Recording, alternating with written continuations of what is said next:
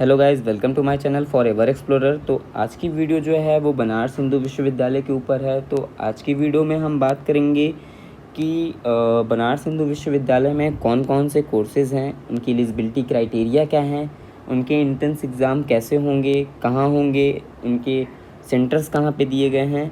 तो सबसे पहले मैं आपको एक चीज़ और बताना चाहूँगा वीडियो स्टार्ट करने से पहले कि यहाँ पे जो बीपीएड कोर्स है, बैचलर ऑफ फिज़िकल एजुकेशन, तो लोगों को बहुत सा कन्फ्यूजन रहता है कि बीपीएड कोर्स हम यहाँ पे 12th के बाद ही अप्लाई कर सकते हैं, बट ऐसा नहीं है। यहाँ पे बीपीएड कोर्स जो है वो आप ग्रेजुएशन के बाद अप्लाई कर सकते हैं। और यहाँ पे ये बीपीएड कोर्स की जो ड्यूरेशन होती है वो 2 साल की होती है, टोटल 4 सेमेस्टर की।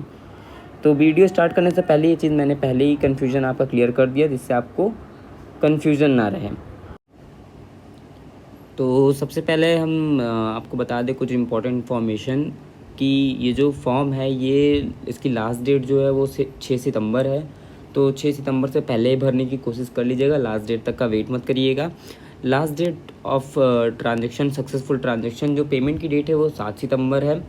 और फ़ीस इसकी जो है मतलब फॉर्म की फ़ीस जो है वो जनरल ओबीसी और एनसीएल ईडब्ल्यूएस के लिए 600 रुपये और एसटी एससी के लिए 300 रुपये। Correction and editing in particulars of application form, अगर आपको जैसे फॉर्म भरते वक्त कोई गलती होती है, अगर आपको करेक्शन कराना है तो उसके लिए 8 सितंबर से 12 सितंबर के बीच की डेट है। कुछ चीज़ें mode of examination computer based test हो सकता है, hybrid pen and paper as required. Pattern of examination वो होगा, मल्टीपल चॉइस क्वेश्चन होंगे। ड्यूरेशन जो होंगे वो आपको मैं अभी बता दूंगा नीचे। Date of examination, timing of examination, ये सारी चीज़ें आपको एडमिट कार्ड के थ्रू बता दी जाएगी। जब आपको एडमिट कार्ड मिलेगा तो उन सब पे ये सारी चीज़ें लिखी रहेंगी। जैसा कि मैंने आपको बताया था कि यहाँ पे जो बीपीएड कोर्स है वो 2 साल का है, टोटल 4 सेमेस्टर का है। तो आइए अब आपको बता दें कि इसमें मिनिमम एलिजिबिलिटी रिक्वायरमेंट क्या क्या हैं। तो इसमें जो पहला मिनिमम एलिजिबिलिटी रिक्वायरमेंट है वो है कि आप ग्रेजुएशन किए हों किसी भी डिसिप्लिन से, बट आपका पासिंग 50% मार्क्स हो, कम से कम passing with 50% marks. And at least participation आपका किसी न किसी स्पोर्ट्स प्रोग्राम में होना चाहिए, जैसे inter college, inter zonal, district school competition में कम से कम एटलीस्ट पार्टिसिपेशन होना चाहिए। और या फिर bachelor degree in physical education फिर विथ 45, या आपने ग्रेजुएशन किया हो फिज़िकल एजुकेशन से, तो अगर आपकी पासिंग जो होगी एक्यूरेसी होगी 45% मार्क्स आपके होने चाहिए। तीसरा जो है वो bachelor degree in any discipline with 45% marks. Graduation आप किसी भी डिसिप्लिन से किए हों, बट फिज़िकल एजुकेशन एक कंपलसरी या इलेक्टिव सब्जेक्ट की तरह आप उसको, वो आपका सब्जेक्ट हो उस ग्रेजुएशन में। अब बात करते हैं एज लिमिट की। तो एज लिमिट 1 जुलाई 2021 के हिसाब से आपकी 25 साल के ऊपर नहीं होनी चाहिए। तीसरा जो मिनिमम एलिजिबिलिटी रिक्वायरमेंट है वो candidate shortlist for physical fitness test of BPEd would be required to produce the highest sports participation certificate.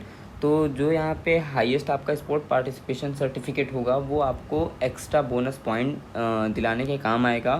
तो फिज़िकल फिटनेस तो आपका होगा ही, बट जो आपका स्पोर्ट्स सर्टिफिकेट है वो आपको एक्स्ट्रा पॉइंट देगा, जो आपको आपकी मेरिट में वो सहायता प्रदान करेगा।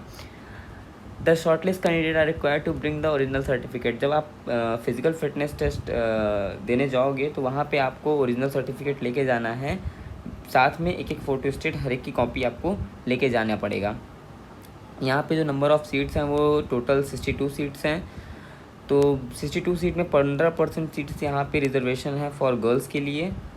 और no physically challenge candidate is eligible for the admission BPEd course. मतलब यहाँ पे जो फिज़िकली चैलेंज जो विकलांग लोग हैं वो इस कोर्स के लिए एलिजिबल नहीं हैं।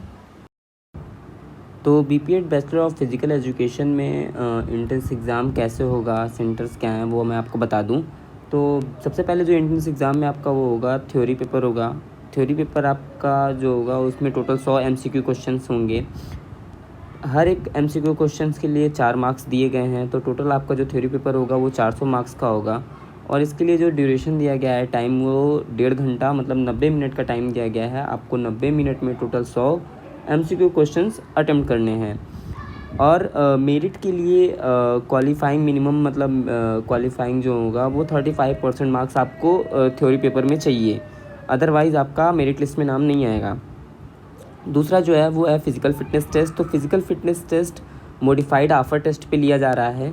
तो यहाँ पे मॉडिफाइड आफर टेस्ट में कौन कौन से कंपोनेंट है ये तो नहीं दिखाया गया है, बट मैं आपको बता दूँ कि मॉडिफाइड आफर टेस्ट में 6 कंपोनेंट होते हैं। पहला जो होता है 50 यार्ड डैश होता है, दूसरा 4x10 शटल रन होता है, तीसरा सिटअप्स होते हैं, अपने बैंड को नी करके सिटअप करना रहता है, चौथा स्टैंडिंग ब्रॉड जंप, पाँचवा जो है वो ओवरहेड बैक थ्रो, और जो छठा है वो है 600 यार्ड रन।